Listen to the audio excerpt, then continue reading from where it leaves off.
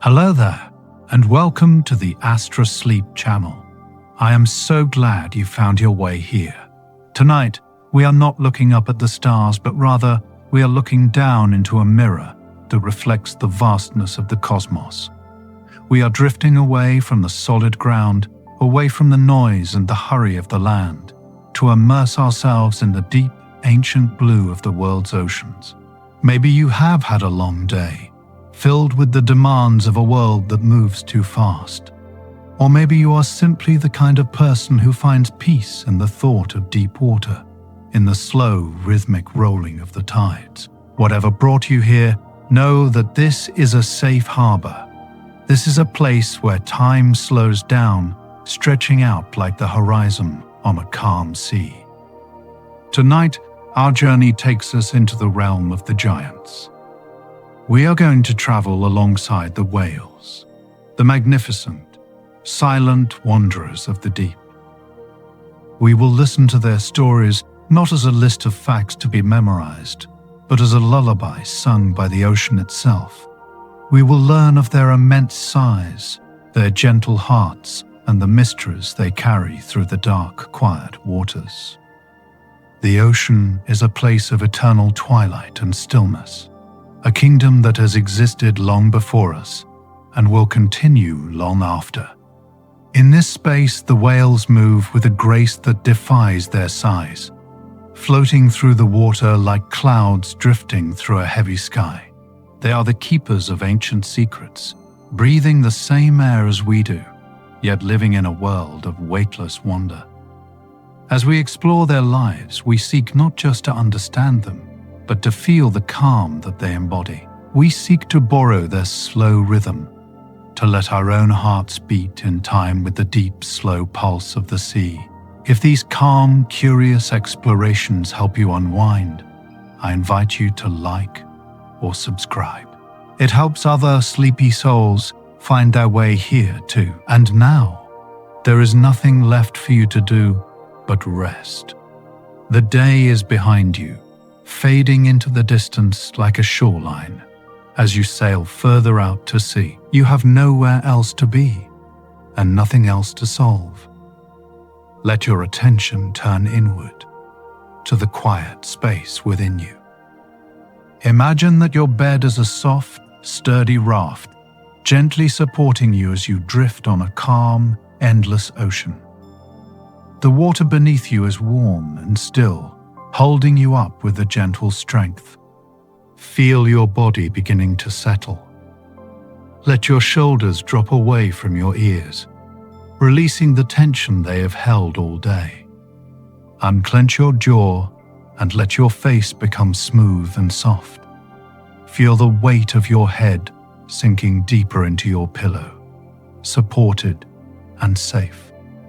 Imagine that gravity itself is softening, changing from a heavy anchor into a gentle embrace. Your arms are heavy and loose at your sides, like driftwood floating in a quiet bay. Your legs are relaxed, sinking comfortably into the mattress. Take a slow, deep breath in, imagining you are drawing in the cool, fresh air of the open ocean. And as you exhale, imagine a wave receding from the shore, taking with it any remaining thoughts or worries. Breathe in the calm, breathe out the noise. With every breath, you are sinking a little deeper into relaxation, drifting further away from the surface of your day and closer to the quiet depths of sleep. Picture the ocean around you.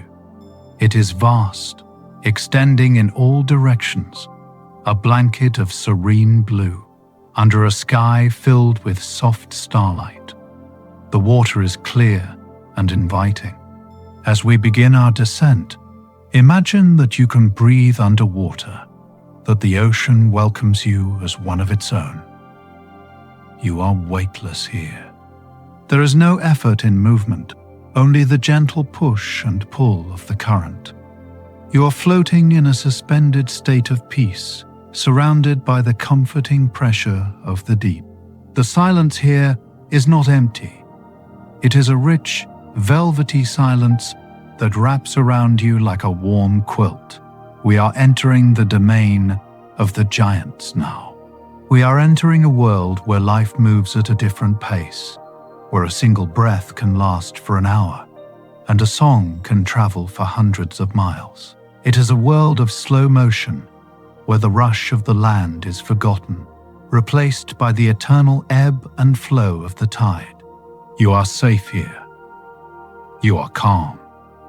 You are ready to drift. In the vast blue expanse of the open ocean, there drifts a creature so immense that it defies our ordinary understanding of scale. We are moving now toward the blue whale, the gentle architect of the deep. It is a being that commands the water not with force, but with sheer presence. There is a quiet majesty in simply being large, in occupying space with such certainty and grace. The blue whale holds the title of the largest animal to have ever lived on planet Earth. It is a title held not with pride, but with a slow, lumbering peace.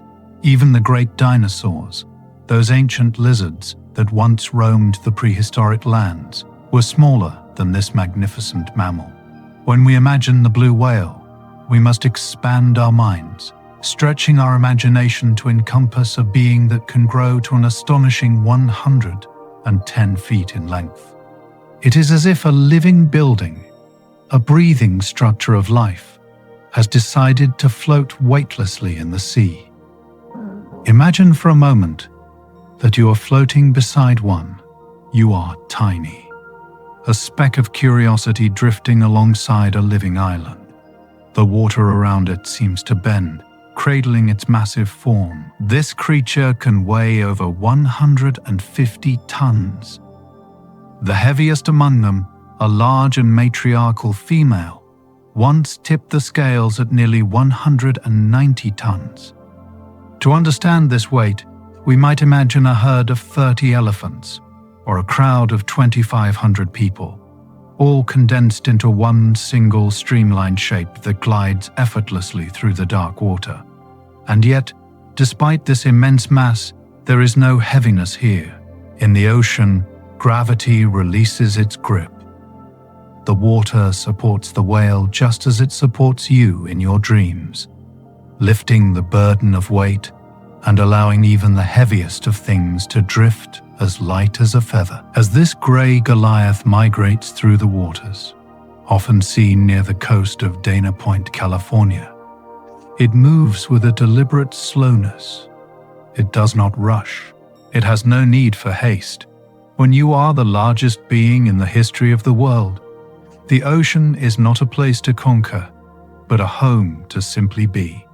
We see it sliding through the deep like a silent cloud, a shadow that eclipses the sun rays filtering down from the surface. Its body is a landscape of its own, a vast terrain of mottled grey skin that stretches on and on, disappearing into the twilight of the sea. There is a sense of safety in this size. It is a reminder that the universe can hold things far greater than ourselves, and that there is room enough for everything. The blue whale teaches us that we can be vast and yet gentle, that we can be powerful and yet peaceful. As it swims, it displaces the water with a rhythm that feels like the slow turning of the earth itself. It is a wandering continent, a solitary traveler that has known the oceans since long before we walked the land. In the realm of these giants, time seems to stretch. A single movement of its tail takes moments to complete, a slow-motion wave that propels it forward with an elegant, unhurried power. Watching it, your own breathing begins to mirror this pace. You feel your chest rise and fall in time with the gentle undulation of the whale's movement. You are drifting alongside it, protected by its shadow, guided by its ancient instinct. The worries of the small world above the waves cannot reach you here. Besides the floating island of the blue whale, everything else feels small, distant, and unimportant. You are simply here, suspended in the blue, witnessing the quiet grandeur of life in its most magnificent form. Deep within this island of life, there is a rhythm that beats for the entire ocean. If we could look inside the blue whale, past the vast expanse of its skin and blubber, we would find a biological engine of peace, a heart that beats with a slow, solemn drum. The anatomy of the blue whale is a marvel of nature's engineering, built on a scale that feels almost dreamlike. Its heart is not merely an organ, it is a chamber of immense proportions. It is the size of a Volkswagen Beetle car. Imagine a heart that large, a vessel of life so substantial that it could house a person. It sits deep within the whale's chest, pumping the warm, life-giving blood that sustains this leviathan. With every beat, it sends a wave of energy through arteries so wide that they are the size of a 9-inch dinner plate. We can visualize these arteries as wide, flowing tunnels, rivers within the river, carrying oxygen and warmth to the furthest reaches of the whale's massive tail. This heart does not flutter, it pulses. It beats with a slow, deliberate cadence, perhaps only a few times a minute, when the whale dives deep into the abyss.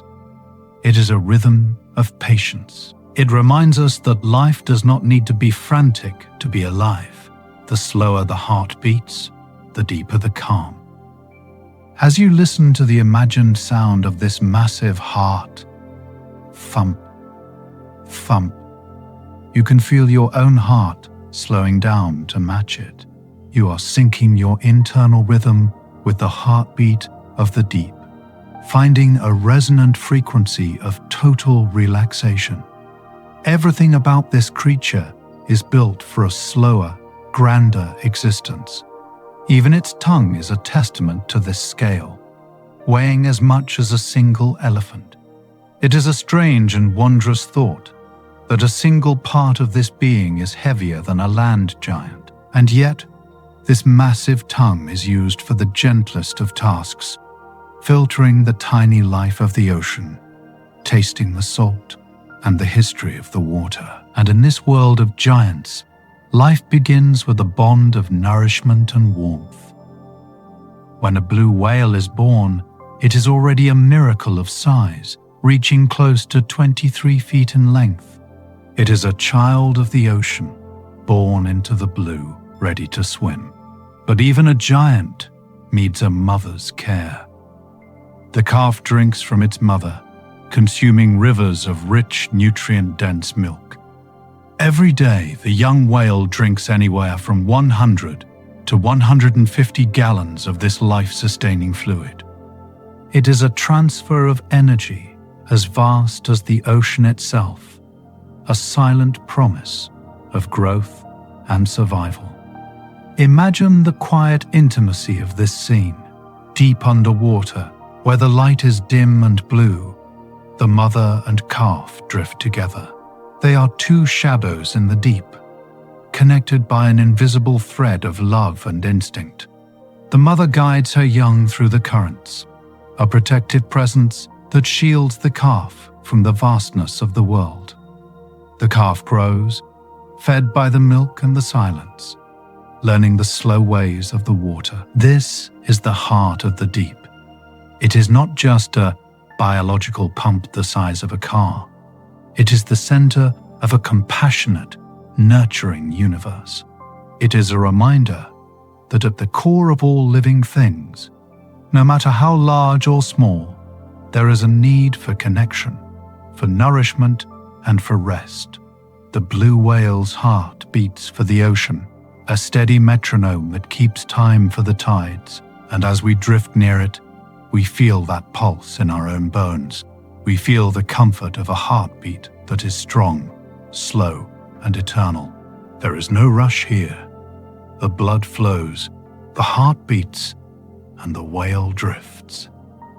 It is a cycle that has repeated for millions of years, a lullaby of biology that sings of endurance and peace. You are part of this rhythm now. You are flowing with the arteries of the sea, carried by a current of warmth and quietude. Allow yourself to be held by this feeling, by the knowledge that deep in the ocean a heart the size of a car is beating slowly, just for you, keeping watch over the silent, sleeping world. As we continue to drift alongside these gentle giants, we find ourselves captivated by their color. We call them blue whales. The name itself invokes a feeling of deep, cool serenity, a color that mirrors the sky at twilight or the deepest parts of the sea. But in the quiet truth of the ocean, things are not always as they appear. The ocean is a master of illusion, a painter that uses light and water to trick the eye and soothe the mind. The truth is, the blue whale is not truly blue. If we were to drain the ocean, to see this creature under the stark light of the sun, without the filter of the sea, we would see a different animal entirely. Its skin is not the color of sapphires or indigo. Instead, it is a vast canvas of mottled gray. It is the color of slate, of ancient stone, of storm clouds gathering on a distant horizon. It is a charcoal darkness mixed with lighter patches of fog and mist. The skin of a blue whale looks like a map of an old world, covered in patterns and markings that tell the story of its long life in the salt and the currents. So why do we see them as blue? Why does this grey Goliath appear to glow with such a radiant azure hue when we see it gliding beneath the surface? The answer lies in the water itself.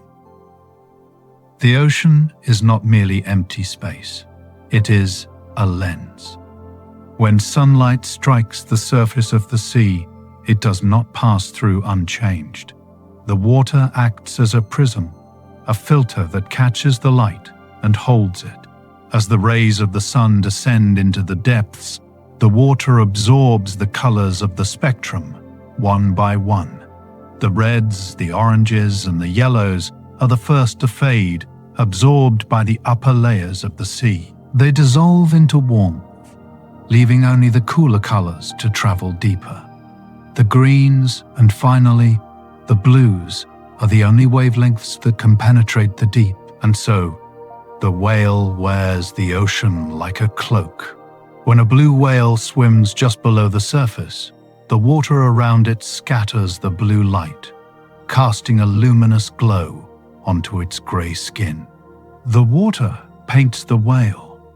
It wraps the creature in its own essence, turning the slate-grey skin into a shimmering, electric blue. It is a collaboration between the animal and its home.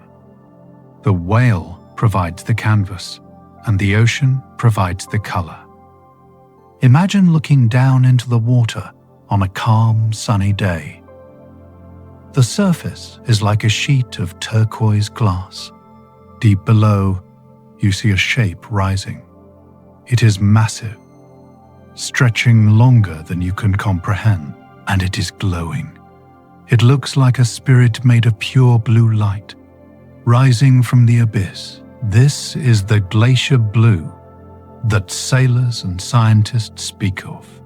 It is not a pigment in the skin, but a reflection of the world it inhabits. It is a reminder that we are all shaped by the environments we live in, that we take on the colors and the moods of the places we call home. The blue whale belongs so completely to the ocean that it allows the water to define its very appearance. But there is another layer to this story, a detail so small and yet so significant that it adds a touch of gold to the blue. On the belly of these giants, there is often a faint yellowish tint. Early whalers, in their rough and literal language, sometimes called the blue whale the sulfur bottom, because of this golden hue. But this color does not come from sulfur, nor does it come from the whale itself. It comes from life. Clinging to the vast underbelly of the whale are millions upon millions of tiny lives. These are diatoms, They are microscopic, single-celled algae, planktonic photosynthesizers that float freely in the cold waters of the ocean. To a diatom, the belly of a blue whale is not an animal. It is a planet. It is a moving continent where they can settle and thrive. These tiny creatures possess shells made of silica, intricate and glass-like, which sparkle like jewels under a microscope. When they gather in the billions on the skin of the whale, their collective presence creates a soft golden sheen. Here is a beautiful paradox of the ocean. The largest animal to ever live is decorated by some of the smallest. The blue whale and the diatom are separated by an unimaginable difference in scale. One is a leviathan of 150 tons, a beast of bone and muscle that can cross oceans. The other is a speck of life, invisible to the naked eye, drifting at the mercy of the currents. And yet, they are connected. They travel together. The giant carries the microscopic, and the microscopic adorns the giant. This golden film of diatoms flourishes in the cold, nutrient-rich waters of the polar regions, like Antarctica. It is there, in the freezing, pristine waters at the bottom of the world, that the blue whale often feeds. The cold water is not a place of desolation. It is a place of abundance. It is teeming with life. From the krill that the whale eats to the diatoms that cling to its skin. In these icy waters, the sulfur bottom glows faintly, a touch of warmth against the freezing blue. To see a blue whale in person is a rare gift. It is said that only 1% of all people on Earth have ever had the opportunity to see a blue whale with their own eyes. It is an exclusive club, a gathering of souls who have witnessed true greatness. In places like Dana Point, California, the ocean offers this gift more freely, inviting us to witness the grey Goliaths as they migrate. But even there, it is a fleeting moment. The whale rises, a long arch of grey-blue breaking the surface. A tall column of mist erupts from its blowhole, catching the light. And then, with a slow, hydraulic grace, it sinks back down, disappearing into the veil of the water. This rarity makes the sight even more precious. It teaches us to value the glimpse, the brief moment of connection. In a world where we are used to seeing everything instantly on screens, the blue whale demands patience. It demands that we wait, that we watch the horizon, that we respect the rhythm of nature. You cannot command a whale to rise. You can only wait and breathe and hope. And when it does appear, the feeling is one of hushed awe. The mind stops its chatter. The breath catches in the throat. For a few seconds, there is only the whale, the water, and you. There is a lesson in the whale's color. In this illusion of light, it teaches us that reality is softer than we think. We often want to label things clearly. This is blue, that is grey. This is large, that is small. But the ocean blurs these lines. The grey whale becomes blue. The giant becomes a home for the microscopic. The heavy body becomes weightless. Everything is fluid. Everything changes depending on how the light hits it, on how deep you go. As we drift here in our imagination, let this idea soothe you. You do not need to be just one thing. You do not need to be defined by a single label or a single color. You can be like the blue whale. You can be strong and solid like the grey slate of its skin, grounded and ancient. And at the same time, you can be radiant and light, like the blue glow of the water, reflecting the beauty around you. You can carry the golden dust of small joys, like the diatoms, even as you move through the deep, serious waters of life. Imagine the light of the sun filtering down to where you are. It is no longer a harsh, bright light. It has been softened by the water. It dances in curtains of pale blue and aquamarine, shifting and shimmering with the movement of the waves above. These shafts of light are like cathedral pillars, silent and holy, illuminating the deep. The dust motes in the water sparkle like stars in a liquid sky. The blue whale glides through these pillars of light. You can see the texture of its skin now, the rough patches, the smooth expanses, the history written on its body. It does not try to hide who it is. It simply is. It accepts the light when it comes, and it accepts the dark when it dives.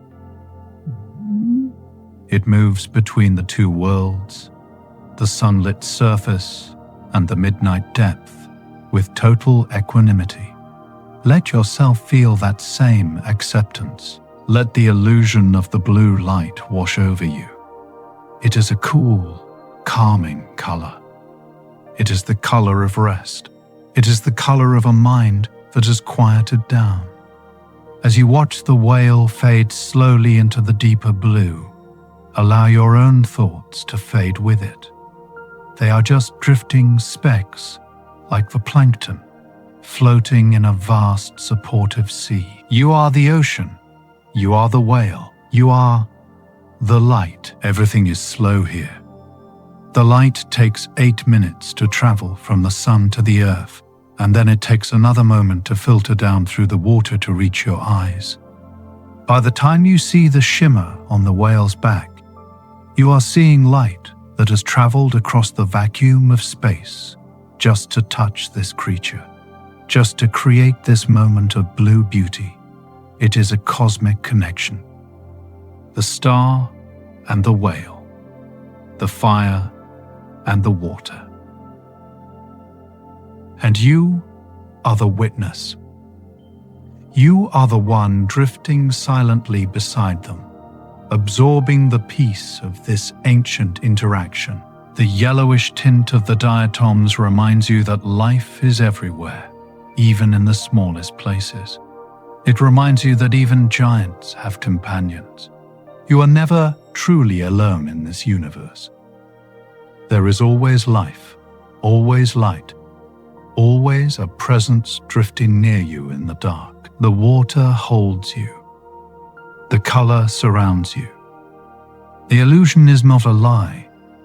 It is a comfort.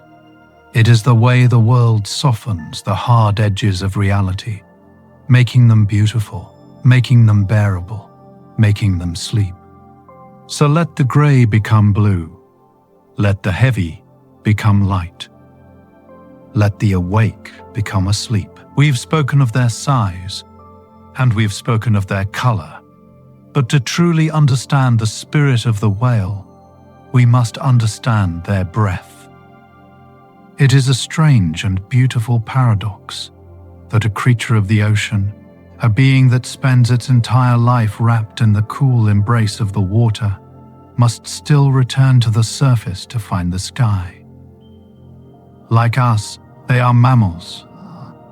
They do not possess the gills of the fish, which filter oxygen from the water in a constant automatic stream. Instead, the whale must make a choice. Every breath is a conscious decision. Every breath is a journey from the deep to the light. It is a ritual of rising and falling, a rhythmic connection between the ocean below and the atmosphere above. As we drift closer to the surface in our imagination, we can see the anatomy of this breath. It is a detail that separates the great whales from their smaller cousins. You may have heard that dolphins are whales, but not all whales are dolphins. It is a family tree with many branches, but there is a quiet distinction written on their very faces, or rather, on the crowns of their heads. Dolphins, the playful dancers of the sea, possess a single blowhole, a single doorway for the air. But the great baleen whales, The true giants like the blue whale and the grey whale possess two.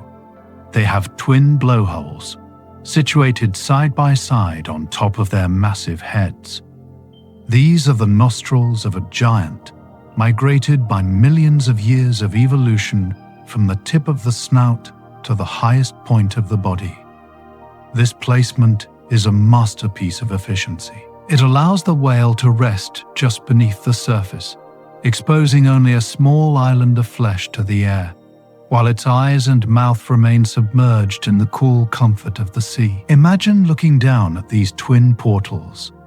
They are sealed tight against the water when the whale dives. Watertight muscles closing, like the heavy doors of a submarine. But when they break the surface, they open wide. The sound of a whale exhaling is one of the most distinctive sounds in the natural world. It is not a gasp, it is a release. It is a powerful, explosive whoosh of air, a column of mist that shoots into the sky. This is the spout that sailors look for on the horizon. It is warm air from inside the whale, meeting the cooler air of the ocean, condensing instantly into a cloud of vapor. In the golden light of sunset, this mist can catch the rays of the sun, creating a fleeting rainbow that hangs in the air for just a moment before dissolving. It is a breath made visible. It is the whale offering a piece of itself to the wind. But what happens after the exhale is a lesson in stillness. Scientists and researchers have studied the lungs of these giants and found a remarkable efficiency. When we humans breathe, in our hurried and distracted lives, we often use only a fraction of our capacity. We breathe shallowly, using perhaps 10 or 15% of the air our lungs can hold. We leave so much stale air behind, but the whale breathes with intention. When a whale inhales, it exchanges nearly 90% of the air in its lungs. It empties itself completely of the old and fills itself almost entirely with the new. Think of what that feels like. Imagine taking a breath so complete, so fulfilling, that it sustains you for an hour. The whale draws in the sky. It fills its vast chest with oxygen, saturating its blood, preparing its body for the return to the deep. This is not just breathing, it is storing life. And then they dive. Some whales, like the sperm whale, are the masters of this deep breath. They are the seekers of the abyss, spending much of their lives searching the vast dark ocean for their sustenance. To feed, they must leave the light behind. They must travel to depths where the pressure is immense and the darkness is absolute. And to do this, they must hold their breath. But holding is the wrong word. It implies tension, a struggle to keep something in. For the whale, it is not holding, it is carrying. They carry the air with them like a precious cargo. A sperm whale can remain underwater for up to 90 minutes on a single breath. 90 minutes. An hour and a half of silence. An hour and a half of gliding through the dark, fueled by that one single moment of connection with the sky. How is this possible? It is because the whale knows how to slow down. As it descends, a profound change takes place within its body. It is a physiological lullaby known as the mammalian dive reflex. The whale's heart rate begins to drop. The giant heart, which we imagined earlier beating slowly, slows down even further. It beats with long, heavy pauses between each pulse. The blood flow pulls away from the extremities, away from the skin and the tail, and concentrates on the vital organs, the brain and the heart. The whale enters a state that is almost like hibernation, yet it is still moving. It stores oxygen molecules not just in its lungs, but in its very muscles. in the hemoglobin and myoglobin of its blood. It becomes a vessel of oxygen. It becomes one with the breath. In this state of suspended animation, the whale moves with incredible efficiency. It does not fight the water. It slides through it. It minimizes every movement, every flick of a fin, to conserve energy. It is a lesson in doing less to achieve more. The whale surrenders to the physics of the deep, allowing the pressure of the ocean to hold it together, allowing the chemistry of its body to sustain it. As you lie here, listening to this, you can borrow this wisdom. You do not need 2 blowholes to breathe like a whale. You only need your intention. Let us try to find that efficiency now. Notice your own breath. Notice how it comes and goes, often without you even thinking about it. But now, imagine you are preparing for a long, slow dive into the world of dreams. You want to take the calm of the air with you. Take a slow, deep breath in. Feel your lungs expanding, not just in your chest, but deep in your belly and in your back. Imagine you are filling 90% of your capacity, gathering all the peace and stillness available in the room. Hold it for a gentle moment at the top, not with tension, but with a sense of fullness. And now exhale slowly. Let it all out. Imagine the mist rising from the blowhole, carrying away the dust of the day. Release the old air, the old thoughts, the tension. Empty the lungs completely, making room for the new. The whale's ability to hold its breath for so long suggests a different relationship with time. Down in the deep, time does not tick by in seconds and minutes. It flows in currents. 90 minutes in the dark is not a time of waiting. It is a time of being. It is a long, uninterrupted stretch of existence. The whale is not anxious about when it will breathe next. It trusts its body. It trusts the air it carries. It trusts that when the time is right, it will return to the surface. This cycle of breathing and diving is the heartbeat of the whale's life. It creates a rhythm that spans the entire globe. From the icy waters of the Arctic to the warm lagoons of Baja, the whales are rising and falling, rising and falling. Inhale, dive. Silence, rise. Exhale. It is a rhythm that has continued for millions of years, uninterrupted by the changing of the continents or the shifting of the climates. It is a rhythm you can rest your mind upon. The sperm whale, diving deep for its delicacies of squid, moves through the layers of the ocean like a traveler moving through zones of twilight. First, a sunlit zone, where the water is bright and blue. Then the twilight zone, where the light fades to a dusky indigo. And finally, the midnight zone, where there is no sun, only the bioluminescence of strange deep-sea creatures. In that darkness, the whale is calm. It does not panic. It has enough air. It has enough time. It is perfectly adapted to the dark. It reminds us that we too can be comfortable in the dark.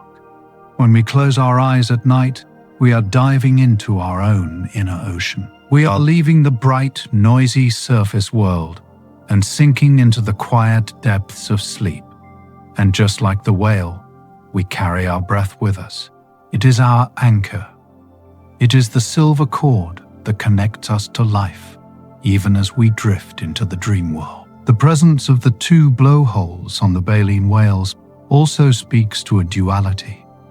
One for the body, one for the spirit. One for the inhaling of the world, one for the exhaling of the self.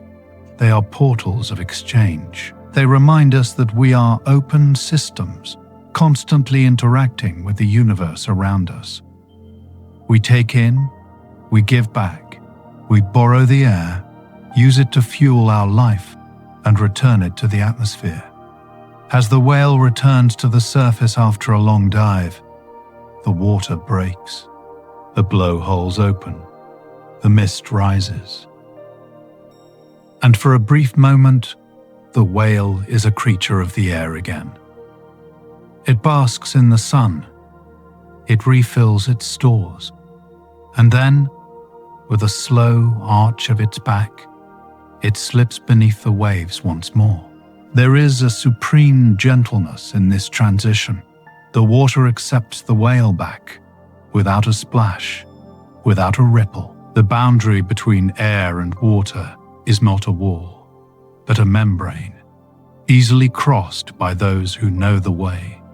You are learning the way now. You are learning to cross the boundary between wakefulness and sleep with the same grace. You are learning to dive deep without fear, carrying the calm oxygen of relaxation in every cell of your body. Your heart rate is slowing, mimicking the great, slow pulse of the whale. Your breath is deepening, finding that 90% efficiency. You are heavy, saturated with rest, sinking slowly, drifting down, into the peaceful, silent blue. We have explored the depths, and we have breathed the air. Now, we must move. We must join a journey that is etched into the memory of the earth itself. It is a journey not of speed, but of endurance. It is the great pilgrimage of the grey whale. In the late autumn months, when the northern winds begin to whisper of frost, and the days grow shorter in the upper reaches of the world, a signal is felt deep within the waters. It is a silent call, as ancient as the tides, heard by the species known to science as Escherichius robustus. These are the grey whales, the textured, resilient wanderers of the coastline. They are not smooth and sleek like the blue whale. Their skin is a living map, covered in patches of barnacles and sea lice, carrying the history of the ocean on their backs. They are the elders, the storytellers who wear their travels for all to see. And their travel is legendary. Every year, these magnificent creatures embark on a migration that defies our imagination. It is a round trip of up to 14,000 miles. 14,000 miles of swimming. 14,000 miles of rhythmic tail beats, propelling 40 tons of life across the curvature of the planet. It is one of the longest migrations of any mammal on Earth. Let us trace this path in our minds. It begins in the cold, nutrient-rich waters of the Bering Sea and the Chukchi Sea, near the icy crown of the world. Here, the water is dark and teeming with life, a summer feast that has sustained them. But as the ice begins to creep southward, locking the ocean in silence, the whales turn their heads south. They turn away from the feeding grounds and begin the long, slow swim toward the sun. They are heading for the warm, sheltered lagoons of Baja California. They are seeking a sanctuary, a place of safety where the water is shallow and gentle, a perfect cradle for the next generation. But there is a detail about this journey that is profoundly, deeply moving. For the entire duration of this migration, for the thousands of miles down and the thousands of miles back, and for the time spent in the lagoons, the grey whale does not eat. Pause to consider the magnitude of this. For months on end, they travel without taking a single bite of food. They do not stop to feed. They do not hunt. They simply swim. This is a testament to the power of preparation and trust. During the summer months in the north, the whale eats almost constantly, building up a thick, insulating layer of blubber. This blubber is not just warmth, it is energy. It is stored sunlight. It is the harvest of the summer, preserved within the body. The whale carries its own fuel source, a reserve of strength that lives under its skin. As they swim south, they are relying entirely on what they have already gathered. They are trusting in their own substance. It is a profound lesson in self-reliance. The whale knows it has enough. It knows that it carries within itself everything it needs to survive the long winter, to swim the thousands of miles, to give birth, and to return home. It does not worry about the scarcity of the present moment, because it is sustained by the abundance of the past. Imagine the feeling of that swim. It is a trance-like state. The coast of North America passes by on their left. A long ribbon of land acting as a guide. They move at a steady pace, rarely hurrying, maintaining a rhythm that conserves their precious energy. Stroke, glide, stroke, glide. Day turns into night, and night turns into day, and still they swim. The water temperature slowly shifts from the biting cold of the Arctic to the cool currents of the Pacific Northwest, and finally to the tepid, inviting warmth of the subtropics. In Dana Point, California, the whale-watching capital of the world, humans gather on the cliffs and on boats to witness this passing parade. They see the spouts rising in the distance, a procession of giants moving with a singular purpose. The whales are often close to shore, navigating by the contours of the seabed, their grey bodies blending with the colour of the sea and the sky. But for the whale, the journey is internal as much as it is external. It is a time of quiet focus. With no need to hunt, their minds are free to simply be. They are moving meditations drifting through the ocean corridor. They pass the kelp forests where amber fronds sway in the current like underwater trees. They pass the deep canyons where the ocean floor drops away into the abyss. They pass the lights of the cities, faint glows on the horizon that mean nothing to the world of the water. And finally, after months of travel, they arrive. The lagoons of Baja are a different world. Here the water is salty and buoyant, warmed by the desert sun. It is a place of peace. The violence of the open ocean is left behind. The waves here are small, lapping gently against the sandy shores. It is here that the mothers give birth. After a gestation of over a year, a new life enters the water. The calves are born tail first, slipping from the warmth of the womb into the warmth of the lagoon. They are born knowing how to swim, knowing how to breathe. The mothers, depleted from their long fast but brimming with love, lift their young to the surface for their first breath of air. The lagoons fill with the sounds of new life. The clicks, the splashes, the soft exhalations of mothers and calves. It is a time of rest and bonding. The calves grow strong on the rich milk, gaining weight every hour, preparing for their own journey north. The mothers, though they have not eaten in months, find a different kind of sustenance here. They are sustained by the fulfillment of their purpose, by the safety of the calm waters, by the completion of the cycle. This migration is a circle. It is a loop that connects the ice and the sun, the dark and the light, the feeding and the fasting. It reminds us that life is a series of seasons. There is a time to gather and a time to rest. There is a time to be active and a time to be still. The grey whale does not fight these seasons. It flows with them. It surrenders to the pull of the migration, just as it surrenders to the pull of gravity. As you lie here, safe in your own sanctuary, think of the grey whale's journey. Think of the trust it places in its own body. You too have traveled a long way today. You have moved through the hours, through the noise, through the demands of your life.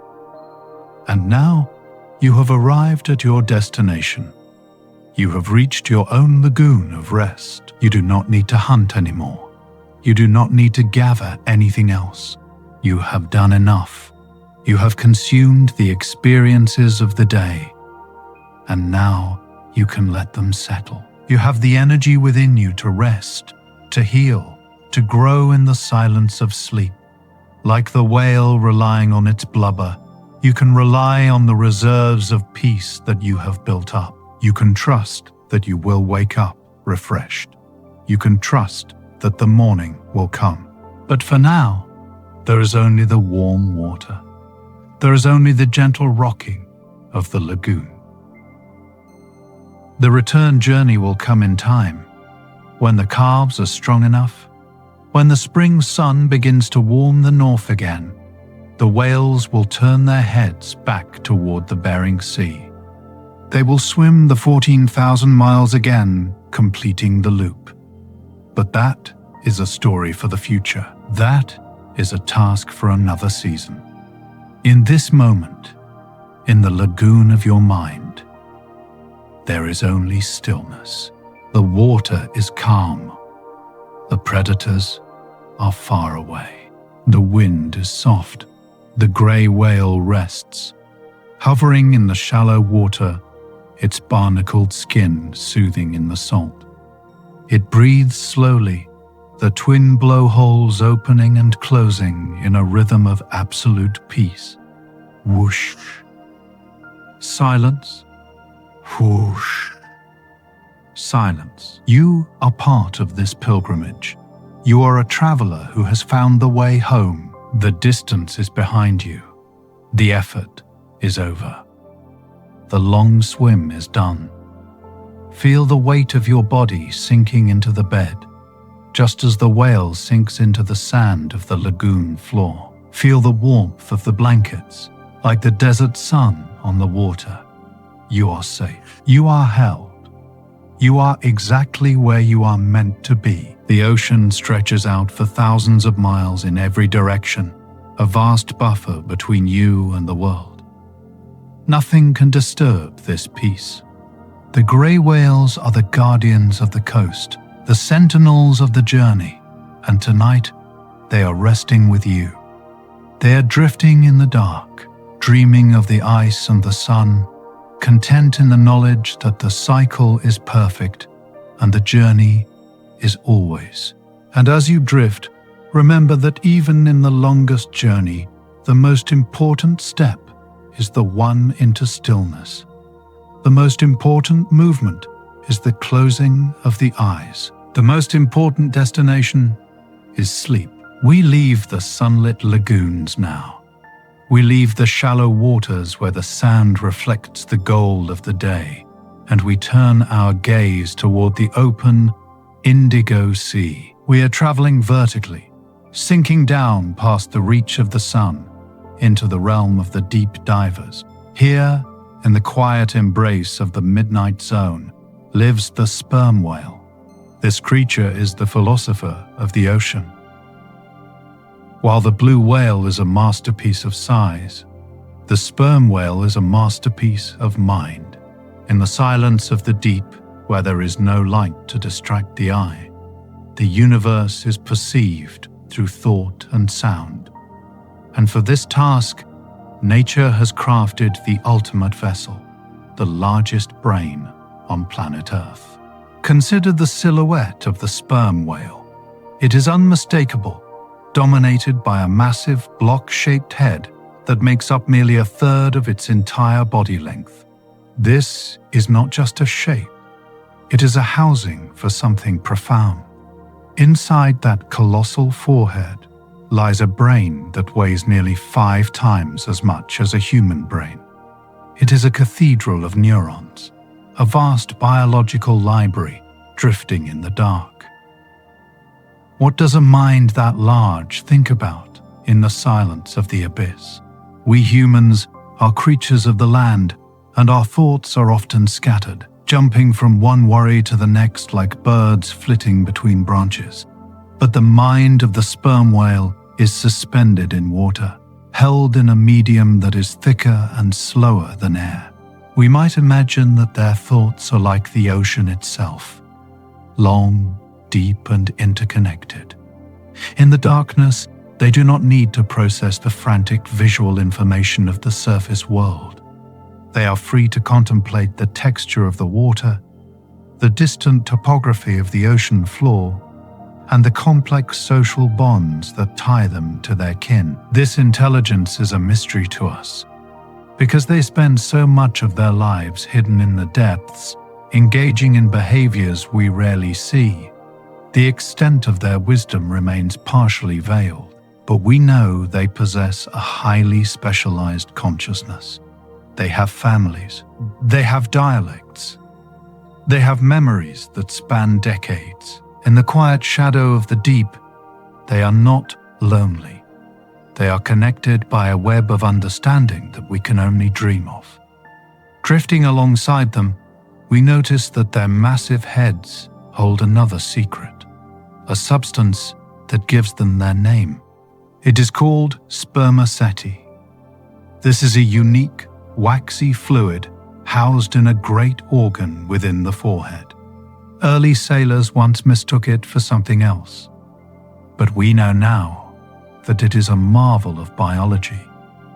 It acts as a lens for sound, focusing the whale's clicks into powerful beams that can scan the dark. But in our sleepy imagination, we can think of it as a lantern of the deep. It is a fluid that changes density with the cold, allowing the whale to sink effortlessly or rise gently. It is the oil of tranquility, helping the giant maintain its buoyancy so that it can hover in the blackness without struggle, suspended in perfect equilibrium. As we go deeper, the pressure builds. The weight of the ocean presses in from all sides. To us, this might seem crushing, but to the deep diver, it is a comforting hug. It is a blanket of water that holds them together. And to survive in this crushing depth, their bodies have evolved a complexity that rivals their minds. This brings us to a fact that seems strange at first, but is truly a testament to the miraculous engineering of life. These whales possess multiple stomachs. While we are used to the idea of a single vessel for digestion, the deep ocean demands more. Most whales and dolphins have between 3 and 4 stomachs, but some of the deepest divers, like the Baird's whale, a cousin in the family of toothed whales, possess an astonishing 13 stomachs. Let us soften this image. Do not think of it in a clinical way.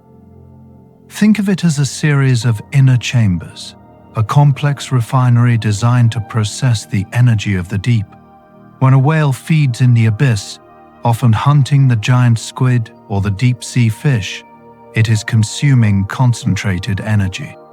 The prey in the deep is dense and rich. To unlock that energy, to turn the cold meal into the warmth that keeps a mammal alive in freezing water, the body needs time. It needs a long, slow process of transformation. These multiple stomachs are like a series of locks in a canal or rooms in a large house. The food passes from one quiet chamber to the next, slowly breaking down, slowly releasing its nutrients. It is a digestion that matches the pace of their lives. Nothing is rushed. The energy is extracted with patience, ensuring that not a single calorie is wasted. This efficiency allows them to stay underwater for nearly an hour, or even longer. It allows them to glide through the dark without the constant need to return to the surface. There is a lesson for us in this complexity. It reminds us that we, too, have layers. We have layers of thought, layers of feeling, layers of memory. Just as the whale processes its nourishment through many chambers, we process our experiences through the many layers of our mind. Sometimes a thought or a feeling needs to pass through many inner rooms before it is fully understood, before it can be transformed into wisdom. The sperm whale and the Baird's whale teach us the value of digesting life slowly. In a world that demands instant reactions and instant answers, these giants take their time. They hold their breath. They dive deep. They let the world sit within them, moving through the chambers of their being until it is fully integrated. Imagine you are floating in that deep, dark space with them. The water is pitch black, but it is not scary. It is velvety and soft. It is the color of sleep. You are weightless. Around you, you can sense the presence of these great minds. You cannot see them, but you can feel them. You feel the slow, rhythmic pulses of their sonar, like a gentle tapping on your skin. They are checking on you. They are singing the song of safety. In this darkness, the eyes are useless, so the mind expands. The sperm whale sees with sound. It builds a three-dimensional map of the world in its head. A map made of echoes. It knows where the ocean floor rises. It knows where the school of squid is hovering. It knows where you are. This is a form of knowing that is deeper than sight. It is a knowing that comes from listening. As you lie in the dark of your own room, you can practice this deep listening. Close your eyes and let the visual world fade away. You are in your own midnight zone now. The distractions of the light are gone. There is only the sound of your breath, the feeling of the sheets, the quiet hum of the night. You are expanding your awareness, just like the whale. You are letting your mind drift out into the silence, finding comfort in the absence of light. The brain of the whale, that 20-pound marvel of nature, is resting now. Even in the deep, they have moments of sleep. Scientists have seen sperm whales sleeping vertically, drifting like massive pillars in the water, their noses pointing toward the surface or toward the deep. They hover in groups, a suspended forest of giants. They are completely still. Their breathing stops for a while. Their echolocation falls silent. They are simply existing. This image of the vertical sleepers is one of the most peaceful in all of nature. It speaks of total trust in the water. They do not need to keep moving to stay afloat. They have found the perfect depth, the perfect density, or they can just hang in the void, weightless and free. You can find that point of suspension too. There is a place in your mind, a depth in your consciousness, where you do not need to struggle. You do not need to think or plan or analyze. You can just hang there. You can be a pillar of peace in the dark. The 13 stomachs of the Baird's whale, the massive brain of the sperm whale. These are not just biological facts. They are symbols of capacity. They tell us that we are built to handle the deep things. We are built to process the heavy emotions, the long nights, the vast mysteries. We have the inner space to hold it all. We have the machinery of the soul to transform the raw experiences of life into the fuel of peace. And so we drift with them, the giant thinkers of the sea. The darkness wraps around us like a heavy, comforting quilt. We are protected by the water. We are guided by the sonar of the elders. We are safe in the shadow. Far above, the sun might be shining, or the stars might be twinkling, but down here, it doesn't matter. Down here, the time is always now. The feeling is always calm. The only movement is the slow drift of the current and the slow processing of the deep. Rest in this intelligence. Rest in the knowledge that you are part of a universe that invents such wonders. If nature can create a mind that weighs 20 pounds and lives in the dark, surely it can create a quiet space for you to sleep tonight. Surely it can hold your thoughts, however heavy they may seem, and help you let them go. The whale turns slowly in the dark, a movement so subtle it barely disturbs the water. It is adjusting its course, aiming for a deeper trench, a quieter canyon. It invites you to follow, to go deeper, to go quieter, to go where the silence is absolute. Let your own mind become like the whale's, large, slow, and full of shadows that are not frightening but restful. Let your thoughts slow down until they are just echoes, fading into the distance.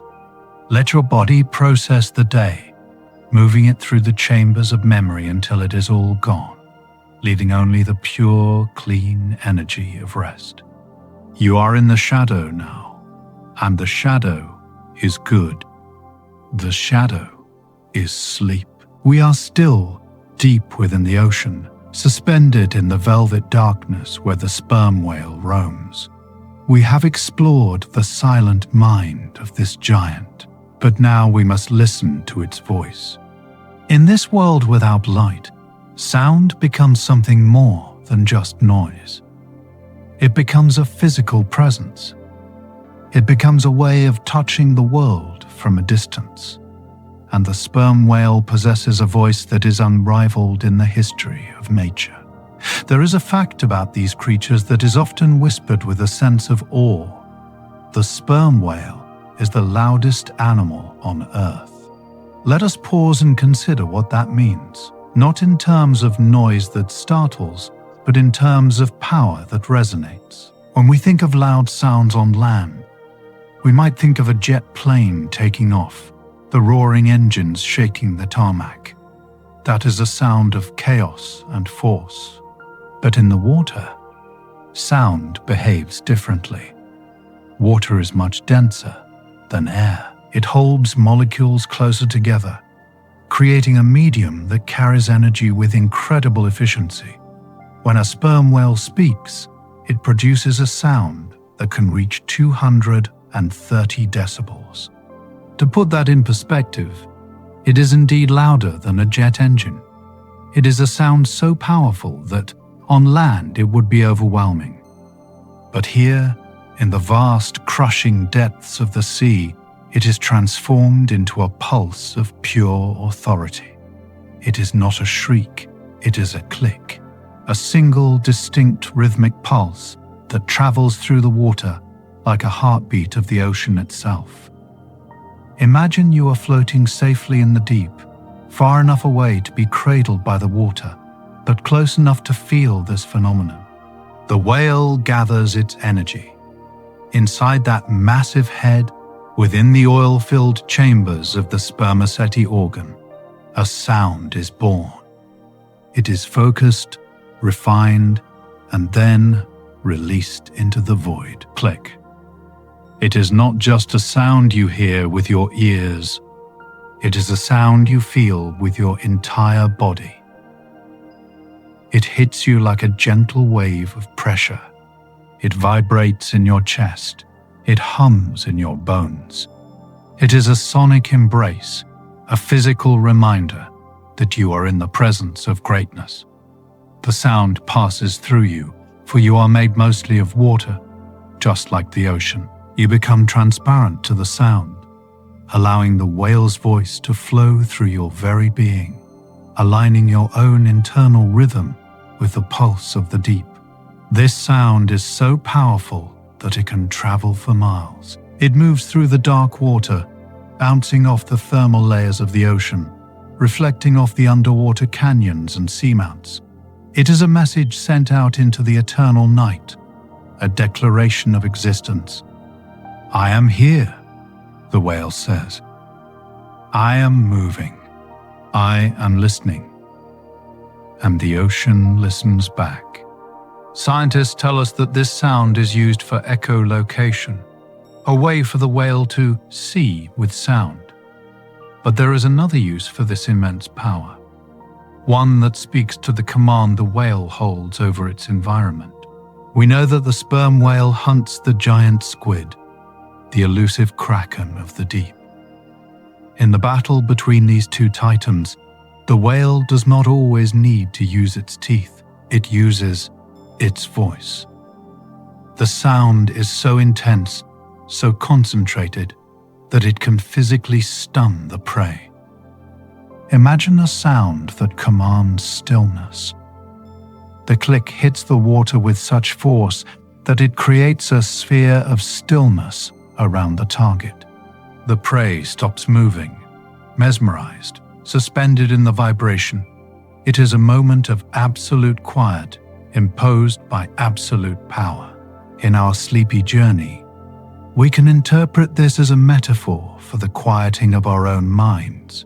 Sometimes the noise of our thoughts is frantic and scattered, like a school of fish darting in all directions. We need a power greater than ourselves to bring us to a stop. We need a resonance that is strong enough to stun the worries, to halt the anxiety, to command sway. The voice of the sperm whale is that command. Imagine that deep, resonant click washing over you now. Feel it as a warm, heavy blanket of sound.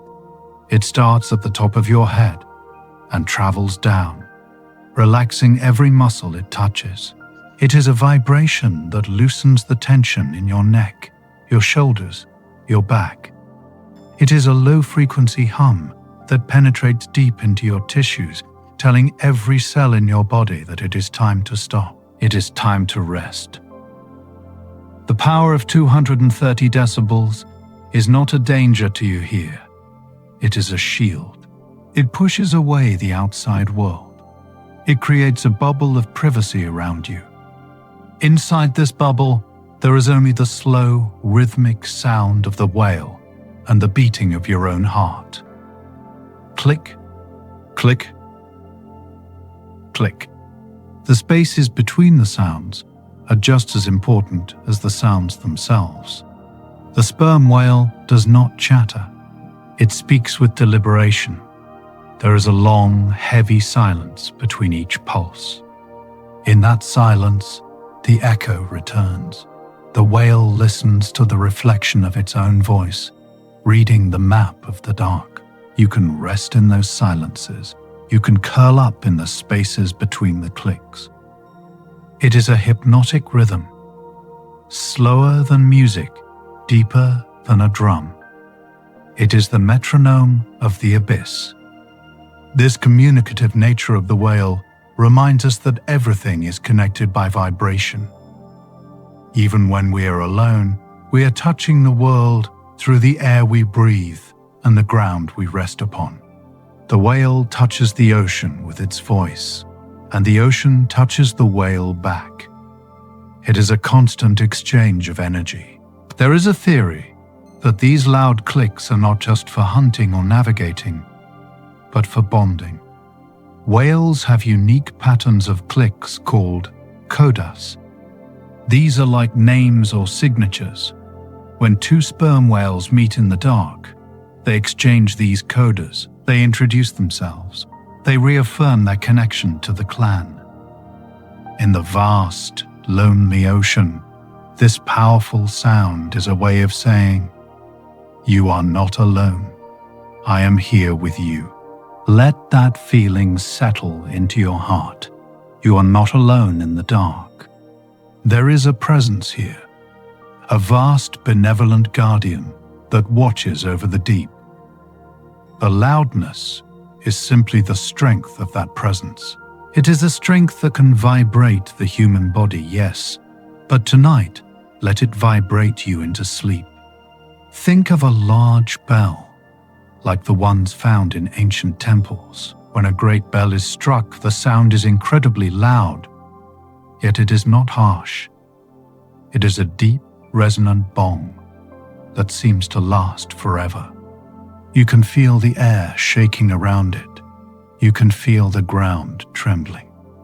People stand near these bells to feel the sound wash away their troubles. The sperm whale is the bell of the ocean.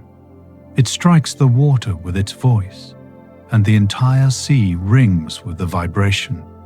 You are floating inside that ringing bell. The sound waves are massaging you, smoothing out the rough edges of your day, pressing out the stress, leaving you soft and pliable. Because the sound is so low and so strong, it travels through barriers. It can travel through the walls of your room, through the ceiling, through the noise of the city outside. It finds you wherever you are. It brings the deep ocean to your bedside. Imagine the water molecules around the whale dancing to the rhythm of the click. They compress and expand, passing the energy along in a bucket brigade of physics. This dance of molecules reaches you, bringing the cool, soothing energy of the deep sea. The whale turns its head, scanning the darkness. Click.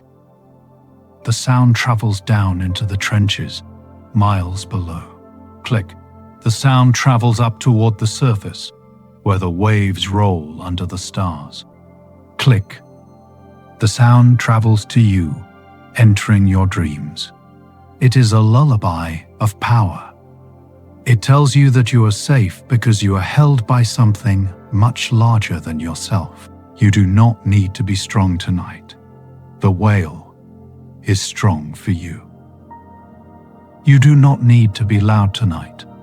The whale has spoken and its voice has cleared the space. Allow the vibration to sink deeper.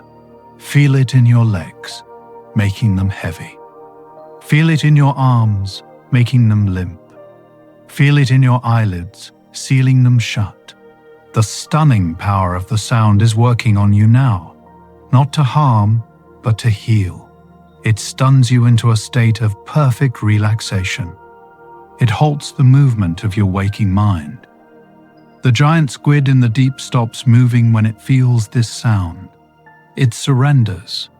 Tonight, you can surrender too. You can stop fighting the current. You can stop swimming against the tide. You can just float, suspended in the amber of the sound, held in place by the gentle, crushing weight of the water. The loudness is gone now. It has faded into a hum. The 230 dBs have spread out over the thousands of miles of ocean, becoming a soft background whisper. It is the white noise of the universe. It is the sound of the womb of the world. Listen to the fading echo. Click, click, click. It is drifting away, going deeper, taking your thoughts with it. The whale is moving on, patrolling the boundaries of the night, leaving you in the quiet wake of its passing. The resonance remains, a ghost of a sound that lives in your memory, a vibration that continues to rock you, gently, slowly, into the depths of sleep. We have felt the power of the click, the percussive heartbeat of the sperm whale. But the ocean has other voices. It has other songs. As we drift away from the deep divers and move into the open currents where the baleen whales roam, the soundscape changes. We are leaving the realm of the drum and entering the realm of the cello, the violin, and the deep resonant hum of the double bass. We are entering the unseen symphony. It is a beautiful truth that light does not penetrate far beneath the surface of the water. The sun is a visitor that stays only in the upper rooms of the ocean's house. But sound is the permanent resident. Sound can travel where light cannot. It can slip through the curtains of the dark, navigating the miles with an ease that defies our understanding. And so the whales have evolved to become the masters of this medium. They are the composers of the deep. While the toothed whales use clicks and whistles, sharp and distinct, the baleen whales, the gentle giants who filter their food, speak in a different language entirely. They communicate through moans, grunts, and groans. These words might sound rough to the human ear, but in the water, they are transformed. They become long, mournful, and melodious notes that slide through the sea like ribbons of silk. Let us turn our attention to the virtuoso of this orchestra, the humpback whale. These creatures are the singers of the sea. In places like Dana Point and in the warm breeding grounds of the tropics, the male humpbacks take center stage. They do not just make noise, they create art. A humpback whale song is a complex structure, a musical composition that follows rules of rhythm and rhyme. It is not a random collection of sounds, but a deliberate arrangement of themes. Imagine floating in the water, suspended in the blue twilight, and hearing this song begin. It starts low, a rumble in the chest. Then it rises, a sweeping cry that sounds almost like a violin bowing a high note. It falls again, turning into a rhythmic series of chirps and whoops. This is a sonnet of the sea. These songs are long. A single aria can last for 10 to 20 minutes, but the whale does not stop there. He is patient. He is persistent. He will repeat this song note for note, phrase for phrase, for hours on end. Sometimes he will sing for an entire day without stopping. Repeat, resonant, repeat, resonant. It is a mantra. It is a form of deep, oceanic meditation. The repetition is not boring. It is hypnotic. It creates a circle of sound that wraps around the singer and anyone lucky enough to hear it. Scientists have found that all the males in a certain population sing the same song. They are a choir singing in unison, separated by miles of water but united by a single melody. And slowly, over the course of the season, the song changes. One whale adds a new grunt, another drops a high note. The change ripples through the choir until, by the end of the year, they are singing a new variation. It is a collective creation, a song that evolves as slowly as the drift of the continents. Beneath the water, this music is everywhere. It reflects off the surface, it bounces off the sandy bottom. The ocean is filled with this orchestra. The humpbacks are the woodwinds and the strings, filling the mid-range with their haunting, beautiful calls. They are telling stories of location, of readiness, of presence. They are singing to the females, singing to rivals, singing to the vastness itself. But there is a deeper layer to this symphony, a layer that sits at the very bottom of the auditory spectrum. This belongs to the largest of them all, the blue whale. For the blue whale and its cousins, the fin whales, communication is all about that base. They operate in the world of low frequency. These are sounds so deep, so earth-shakingly low, that the human ear often cannot hear them at all. We can only feel them. They are infrasonic.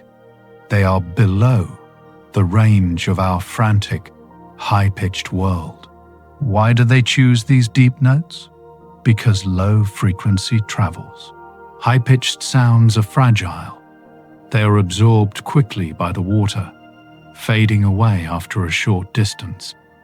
They are long wavelengths that can wrap around obstacles, that can hug the curve of the earth, that can travel for distances that seem impossible. A blue whale can moan, and that sound can travel for 500 miles. 500 miles. Think of the distance between cities, between countries. A blue whale can whisper a message in one part of the ocean, and another whale, drifting alone in the deep silence 500 miles away, will hear it. This changes our understanding of alone. Blue whales are typically solitary travelers. we see them swimming by themselves, vast and lonely figures in the blue. But are they truly alone? If they can hear each other across 500 miles, perhaps they are never really separated. They are walking together through a room that is just very, very large. They are connected by an invisible web of sound, a constant hum of contact that links them across the basin of the ocean. "I am here," rumbles one, and 500 miles away, another feels the vibration in its ribs and rumbles back, "I am here too." The ocean is their living room. They are always within shouting distance of kin, even if we cannot see the connection. This is a comforting thought. It suggests that distance is an illusion. It suggests that connection is not about proximity, but about frequency. If you are tuned to the right frequency, you are never out of reach. The audiologists and musical conductors who study these sounds are amazed by their clarity. The lower the note, the less distortion there is. The message stays pure. It is a lesson in simplicity. When we want to be heard, we often raise our voices, speak faster, we get shrill, but the whale goes low. The whale goes slowly. The whale drops its voice to the rumble of the earth, and in doing so, it speaks to the entire world. As you lie here, imagine that you are tuning into this unseen symphony. You are letting go of the high-pitched noises of the day. The alarms, the chatter, the traffic. Those sounds are short-lived. They fade quickly. You are tuning your mind to the bass channel. You are sinking down to the frequency of the blue whale. Feel the vibration of that imaginary hum. It is a warm, steady drone, like the sound of the universe breathing. It vibrates in the mattress. It vibrates in the floor. It is a sound of immense stability. The humpback's song weaves through this deep bass like a silver thread. It rises and falls, a melody of peace. You do not need to understand the words. The meaning is in the feeling. It is a song of safety. It is a song that has been sung for millions of years, long before humans walked the earth, and it will be sung for millions of years more. There is no rush in this music. The humpback holds a note for as long as it wants. It lets the sound drift, fading slowly into the silence. There is plenty of time. The song is 10 minutes long, but the concert lasts all night. There is no intermission. There is no finale.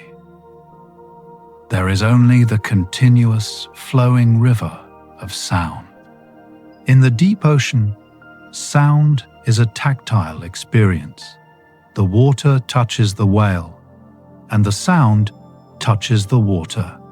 When a whale sings, it is physically moving the ocean. It is rearranging the molecules of the sea with its voice. Let this symphony rearrange you. Let the low notes rearrange your muscles, smoothing out the knots. Let the high notes rearrange your thoughts, lifting them up and letting them float away like bubbles. You are part of the audience now. You are sitting in the best seat in the house, suspended in the weightless dark, surrounded by the greatest singers on earth. The fin whale adds its voice, a simple rhythmic pulse. Pulse, pause. Pulse, pause. It is a metronome for your sleep. It is steady and reliable. It tells you that the heart of the world is still beating. You do not need to keep watch. The whales are keeping watch. They are singing the world into existence, moment by moment. Even the silence between the notes is part of the music. The whale pauses to listen, to let the echo return. In your own mind, find those pauses. Find the silence between your thoughts. That is where the peace lives. That is where the deep connection happens. The song travels through the kelp forests, swaying the leaves. It travels through the canyons, echoing off the walls. It travels up to the surface, where it meets the air and transforms into a quiet mystery for the sailors above. And it travels to you. It is a lullaby that defies distance. It is a lullaby that crosses the boundary between species. It is the sound of life, reassuring life. Sleep, the humpback sings. The water is warm, the night is long. Rest, the blue whale rumbles. I am here. You are safe. We are connected. Allow yourself to be carried by this current of sound. You are drifting on a sea of melody. The waves of the song are rocking you, gently, rhythmically. You are weightless. You are listening. You are sleeping. The orchestra plays on. The singers do not tire. They will sing you through the night, their voices weaving a net of safety beneath you, catching you as you fall into dreams. The unseen symphony is playing just for you, a private concert in the vast, quiet hall of the ocean. The ocean is a world of suspension. Everything within it floats, held by the buoyant hands of the salt and the density. But there are moments when the giants of the deep decide to touch the sky. There are moments when the heavy laws of physics are set aside and the ocean floor releases its hold on the massive forms that drift above it. We are entering the chapter of the breach, the dance of gravity, where the water meets the air. We have spoken of the singers, the humpback whales who weave tapestries of sound in the dark, but these same creatures are also the acrobats of the sea. Among all the large whales, the humpback is known for a behavior that feels almost impossible when we consider the numbers. Imagine a creature that weighs 60,000 pounds. That is 30 tons of bone, muscle, and blubber. It is a weight that belongs to the earth, to the ground, to the deep. And yet, this creature can fly. When a whale breaches, it is not a frantic jump. In the slowed down time of our journey, it is a deliberate ascent. It starts deep below. With a powerful stroke of the tail, the whale angles its body upward, aiming for the ceiling of its world. It gathers speed, not with the urgency of a hunter, but with the momentum of a planet in motion. It rises through the water column, breaking through the layers of blue, faster and faster, until it reaches the boundary. And then, silence. The head breaks the surface, then the chest, then the long white pectoral fins, like wings spreading out. For a breathtaking moment, the entire massive body of the whale is suspended in the air, 60,000 pounds of life, hanging in the golden sunlight. It is a moment of release. The water falls away from its skin in sheets, creating a glistening curtain of diamonds that rain back down to the sea. In this suspended second, the whale is no longer a creature of the ocean. It is a creature of the sky. It defies the gravity that binds us all. It reminds us that even the heaviest things can be light. Even the burdens we carry, the weights that feel like 60,000 pounds on our shoulders, can be lifted. There is always a moment of weightlessness waiting for us, if we can just find the momentum to rise. This behavior is a mystery. Scientists ask, why? Why spend such energy? Is it to remove parasites? Is it to communicate? Is it a signal of strength? In the sleepy logic of the AstroSleep channel, we might imagine it is simply for the joy of the return, because what goes up must come down, and the descent of the whale is just as beautiful as the rise. The whale turns in the air, a slow, graceful rotation, and falls back toward the water. It does not crash with violence. It lands with a surrender. The ocean opens up to receive it. The splash is vast, a white blossom of foam that expands outward, but the feeling is one of cushioning. The water catches the whale. It absorbs the impact, wrapping the giant back in its cool embrace. The breach is a cycle of leaving and returning. It is a reminder that we can step out of our element. We can touch the sky, but we always have a safe place to land. The ocean is always there, waiting to hold us again. This dance is not limited to the humpbacks. The sheer scale of this movement varies. In Dana Point, watchers have seen whales ranging from 12,000 pounds to the immense 400,000 pounds attempting to break free from the surface. It is a universal desire, this reaching for the air.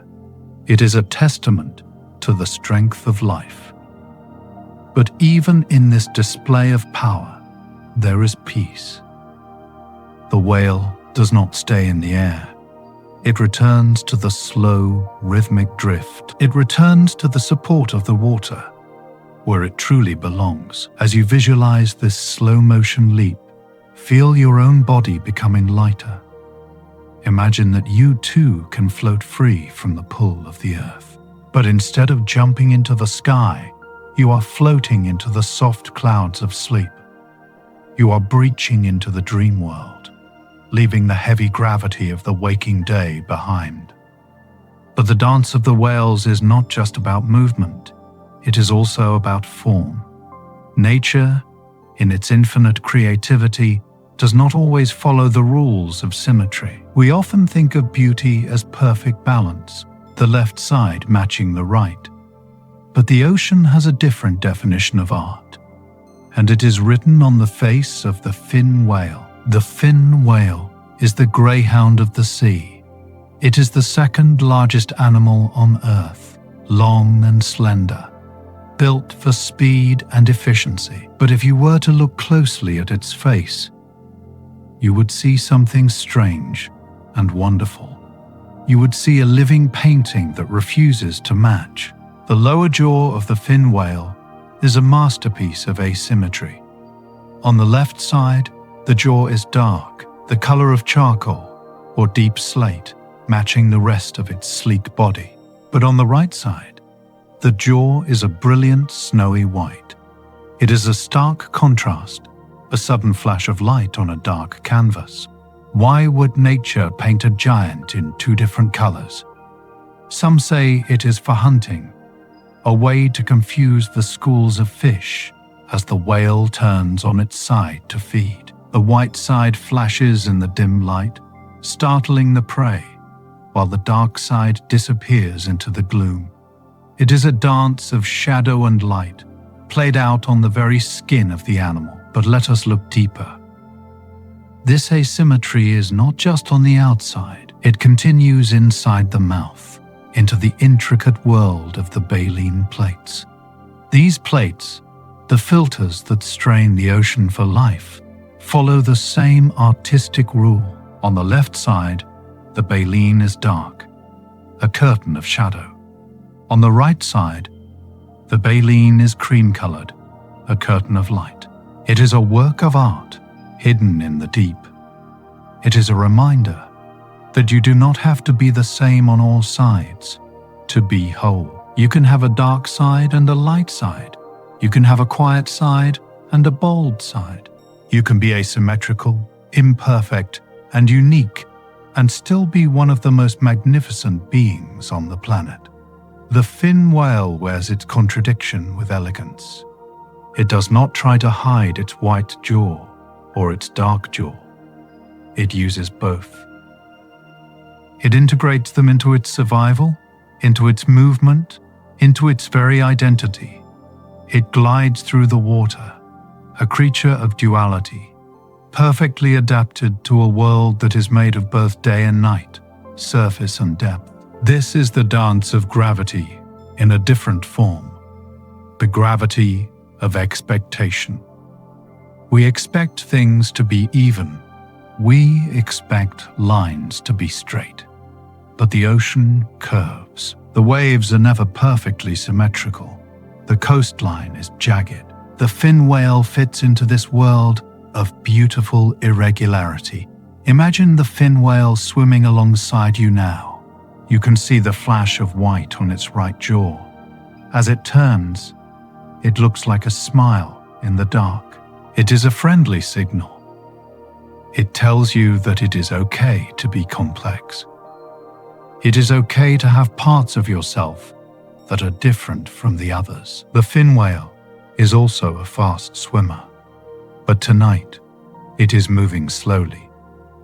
It is using its long, tapered body to slice through the water with zero effort. It barely moves its tail, yet it glides forward for miles. It is the master of momentum. In this chapter of our journey, we are learning to let go of the rigid rules.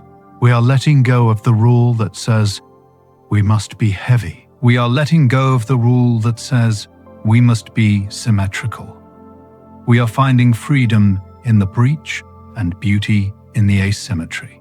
Think of the water droplets falling from the humpback's back again.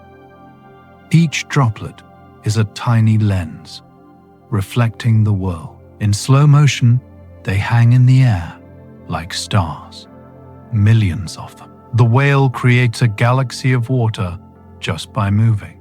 And then the galaxy returns to the ocean, drop by drop, merging back into the whole. You are like one of those droplets. You have had your moment in the sun, your moment of activity and separateness during the day. But now, gravity is calling you home. Not a harsh gravity, but the gentle pull of rest. You are falling back into the great, wide ocean of sleep. You are merging back into the source of peace. The fin whale circles around you, its white jaw glowing softly. It is a guardian of the balance. It balances the dark and the light, just as you balance your waking and your sleeping. Rest, it seems to say. The dance is over for now. The humpback has landed. The splash has settled. The ripples are spreading out, wider and wider until they disappear into the calm, flat surface of the night sea. The ocean is smooth again. The stage is empty. The dancers have gone beneath the curtain of the waves. All that is left is the feeling of the movement, the memory of the rise, the comfort of the return. Gravity is your friend tonight. It is the force that connects you to your bed. It is the force that pulls your eyelids down. It is the force that settles your breathing. It is not holding you down. It is holding you safe. It prevents you from drifting away into the cold chaos of space. It anchors you here, in this warm, protected harbor. Let yourself sink. Let yourself be heavy like the whale. Let your thoughts become asymmetrical, drifting from one image to another without needing to make sense, without needing to line up. Let the white dreams and the dark dreams mix together in a swirl of comfort. The dance of gravity continues, even when you are still. The earth is turning. The moon is pulling the tides. The whales are swimming. And you are sleeping. The 60,000 pound acrobat is resting at the surface now, recovering its breath. It lies like a log, still and quiet.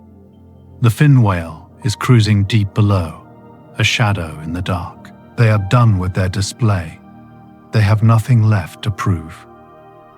And neither do you. You have breached the surface of the day. You have shown your strength.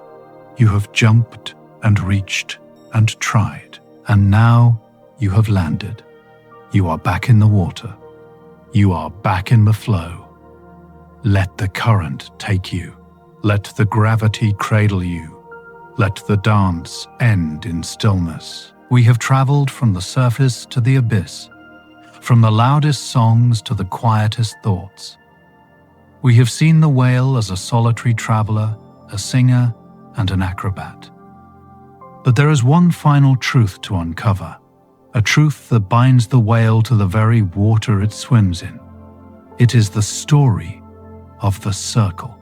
It is the story of how the giant feeds the ocean, just as the ocean feeds the giant. To understand this, we must look at what sustains these leviathans. It is one of the great ironies of nature that the largest animals to ever live do not feed on the largest prey. They do not hunt the great sharks or the giant turtles. Instead, the blue whale, the humpback, and the fin whale, the great rorquals, survive by consuming some of the smallest creatures on Earth. They eat krill. In the Norwegian language, the word krill translates simply to whale food. It is a humble name for a creature that is the foundation of the marine world. These are tiny invertebrates, members of the crustacean order Euphausiacea. Imagine them not as individual animals, but as a collective entity. They are tiny, shrimp-like beings, often no larger than your finger, yet they gather in swarms so dense and so vast that they can be seen from space. In the cold, nutrient-rich waters where the whales feed, these krill form massive, drifting clouds. They are red in color, little rubies floating in the blue treasury of the sea. When a blue whale approaches a swarm of krill, it is a meeting of two galaxies, one made of a single massive body, and one made of millions of tiny sparkling lights. The feeding of a rorqual whale is a spectacle of slow-motion engineering. These whales have pleats running down their throats, allowing their mouths to expand like giant accordions. When they feed, they do not bite. They engulf. They open their jaws wide, taking in a volume of water that can be larger than their own bodies. It is a moment of total acceptance. The whale accepts the water, the krill, the salt, everything. And then the filtration begins. This is where the baleen comes into play. Instead of teeth, these gentle giants possess rows of baleen plates hanging from their upper jaws, made of keratin, the same substance as your fingernails and hair. These plates are fringed and fibrous. They act as a sieve, a perfect biological curtain. With a powerful push of its massive tongue, the whale forces the water out through the baleen. The water flows freely back into the sea, but the krill, the red jewels of energy, are trapped inside. It is a quiet harvest. There is no violence in this hunting, only a gathering. The whale glides through the red cloud, filtering the abundance of the ocean, turning the tiny lives of the krill into the massive life of the whale. A blue whale can consume up to 3 tons of krill in a single day. 3 tons of microscopic energy, transformed into the power to swim across the world. But the story does not end with consumption. In the ocean, nothing is ever truly lost. We must speak now of digestion, but let us speak of it as a form of alchemy. We learned earlier of the Baird's whale, the deep-diving cousin with 13 stomachs. This biological complexity exists to extract every ounce of value from the food. As the food moves through these quiet internal chambers, it is broken down, refined, and turned into fuel. It is a long, slow process of transformation. And what remains is returned to the sea. In the scientific world, there is a fact that might seem unappealing at first glance: whale poop. But in the eyes of the ocean, This is not waste. This is gold. This is the gift of life. Because the whales eat krill, which are rich in iron and other vital nutrients, their release is a concentrated burst of fertilizer.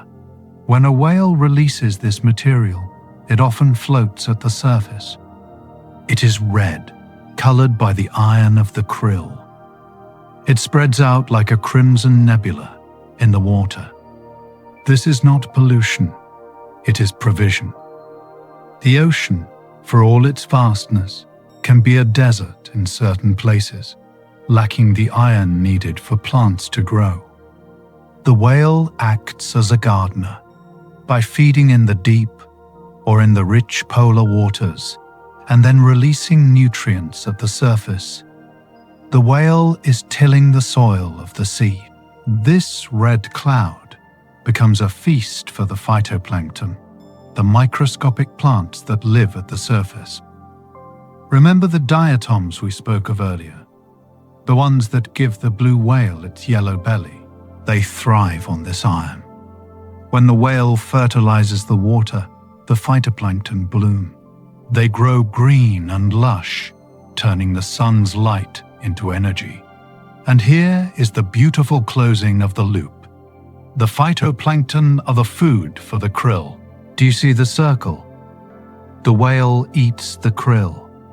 The whale returns nutrients to the water. The nutrients feed the plankton. The plankton feeds the krill. And the krill feeds the whale. It is a perfect, unbroken ring of gratitude. The whale is farming its own food, simply by living its life.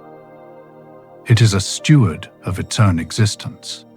It reminds us that we are part of a system where everything we give comes back to us. The blue whale, excreting up to 55 gallons of this nutrient-rich substance in a single event, is creating a forest of life in its wake. It is seeding the ocean with the future. Without the whale, the krill might starve. Without the krill, the whale would vanish. They are bound together, the giant and the microscopic, in a dance of mutual survival. This cycle happens in silence. It happens without effort. The whale does not need to plan it. It simply breathes, swims, eats, and releases. Nature takes care of the rest. As you lie here, safe in the stillness of your room, think of this circle. Think of how your own life is a cycle of intake and release. You take in the experiences of the day, the conversations, the sights, the work. You digest them. You keep what nourishes you, what helps you grow and learn. And the rest? The stress, the worry, the tension? You can release it. You can let it go, just as the whale lets go. And just like in the ocean, that release is not a bad thing. Letting go of your worries creates space for new growth. It fertilizes your mind for tomorrow. It clears the waters of your soul. Imagine the red cloud of nutrients dispersing in the water, slowly fading, becoming part of the invisible chemistry of the sea. It is drifting away, carrying the past with it. The water becomes clear again. The cycle is complete. The Baird's whale, deep in the trench with its 13 stomachs, is slowly processing the energy of the dark. The blue whale, basking at the surface, is feeding the light. Every creature has its role. Every process has its purpose. There is a tremendous comfort in knowing that the system works. The earth knows how to spin. The ocean knows how to flow. The biology of the whale knows how to sustain itself. You do not need to intervene. You do not need to manage the rotation of the planets or the migration of the krill. You can resign from the job of managing the universe for tonight. You can just be a part of it, a quiet, resting part. The krill are swarming in the moonlight, a galaxy of tiny stars. The whale glides through them, a dark planet in the mist. The water is cool and supporting. The iron is sinking. The plankton is blooming. The oxygen is rising. This is the breath of the world. The whales help produce the very air we breathe by fertilizing the plankton that creates oxygen. Even now, as you inhale deeply in your bed, you are connected to this cycle. You are breathing air that might have been born from the wake of a whale. You are connected to the deep. You are connected to the surface. You are connected to the tiny and the huge. The circle is closed. The journey of the facts is over. We have looked at the size, the breath, the mind, the song, the dance, and the cycle. We have taken the science and turned it into a lullaby. We have taken the data and turned it into a dream. Now, the facts can dissolve. The numbers. 150 tons, 14,000 miles, 13 stomachs. They can all float away like leaves on a stream. You do not need to remember them. You only need to remember the feeling of being small but safe. The feeling of being held by a force that is ancient and wise. The ocean is settling down for the night. The waves are smoothing out. The whales are slowing their swimming, finding that perfect rhythm of rest. The circle of renewal continues in the dark, silent and automatic. You are safe to sleep now. The world will keep turning without you. The ocean will keep washing the shores. The whales will keep patrolling the deep. Let go of the day. Let go of the facts. Let go of the thinking. Enter the circle of sleep. Thank you for drifting through the silent sea with me tonight. We have traveled a great distance together, moving from the shores of our waking life into the deepest, quietest trenches of the imagination. We have swum alongside the ancient wanderers, the keepers of the ocean's memory.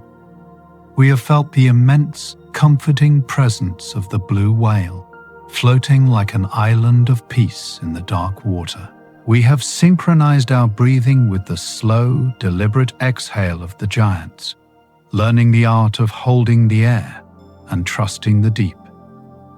We have listened to the unseen symphony, the haunting songs of the humpback, and the earth-shaking resonance of the sperm whale, letting those vibrations massage the tension from our weary bones. We have witnessed the dance of gravity, seeing how even the heaviest burdens can be lifted toward the sky, and how there is always a soft place to land. And we have completed the circle, understanding that everything we give, even the smallest breath, returns to us in the flow of life. The ocean has shared its secrets with us, not to fill our minds with data, but to fill our spirits with calm. The facts have served their purpose. They were merely the currents that carried us here, to this moment of absolute stillness. Now, you can let the facts drift away.